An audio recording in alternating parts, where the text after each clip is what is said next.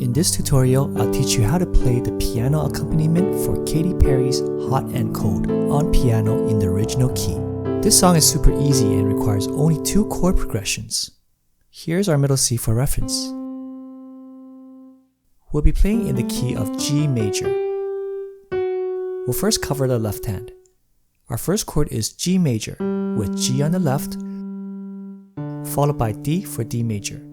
Then we have A for A minor and C for C major. On the right, for G major, we have D, G, and B played together, which is our second inversion. For D major, we have D, F sharp, and A played together, which is the root position.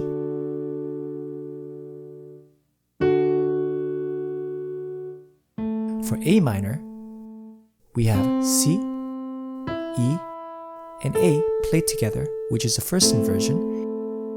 And for C major, we have our root position with C, E, and G. I've chosen these inversions to avoid having our hands jump around the keys. This helps minimize distraction, especially when you're singing as well. So the chord progression is G major, D major, A minor, and C major. This chord progression covers 90% of the song already. You can play this chord progression with basic 2 pulses on the right hand for each chord like so.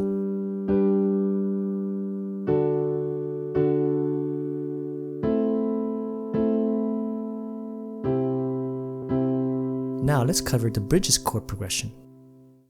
Our first chord is E minor with E on the left, and E, G, and B played together on the right. This is our root position. Next is C major, but instead of the root position we played before, we're going to play it with E, G, and C on the right for our first inversion. Next is G major, which we learned earlier, and D major. So the progression is E minor, C major, G major, and D major.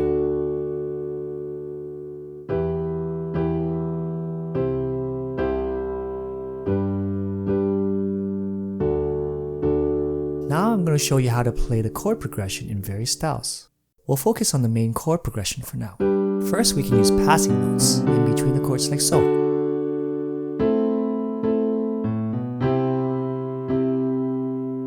On the left hand, we have G for G major, and we'll play passing notes B and C before playing D for D major chord.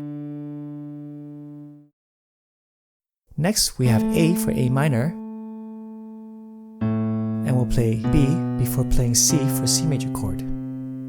So putting hands together, we have G major, D major, A minor, and C major. And again.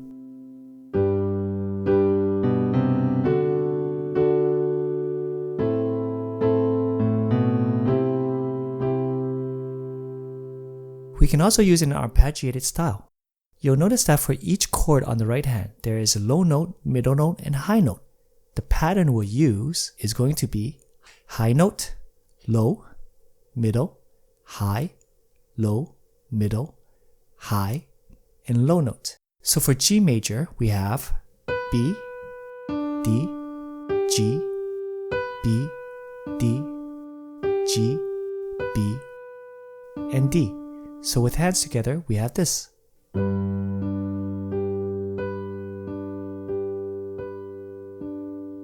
For D major, we have this.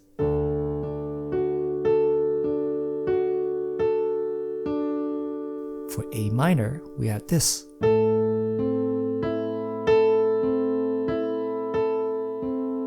And here is C major.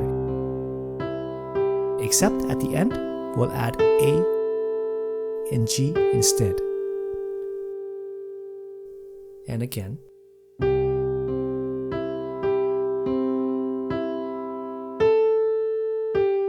Putting all that together, we have this: G major, D major,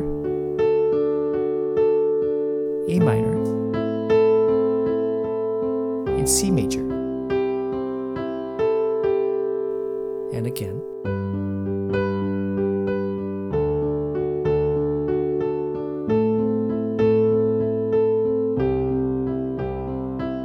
You can also use this basic ballad style. On the left hand, we'll play just the root, the fifth, and then the root of the chord, followed by the right hand chords. So here's G major, D major, A minor, and C major. Depending on your preferred style, you can also play this.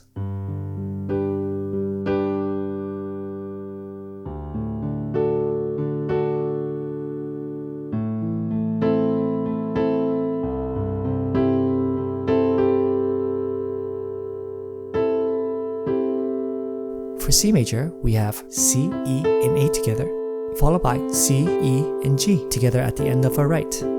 Putting all that together, we have this.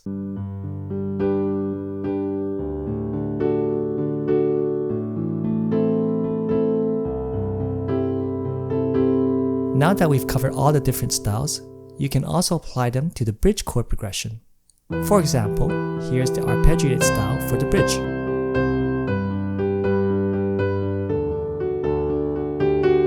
At the end, you can choose to play the last two notes with G and F sharp.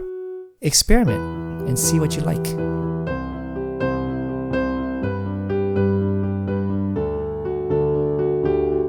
If you enjoyed me introducing all these different ways you can play the chord progression, let me know in the comments so I can consider adding them in my future tutorials.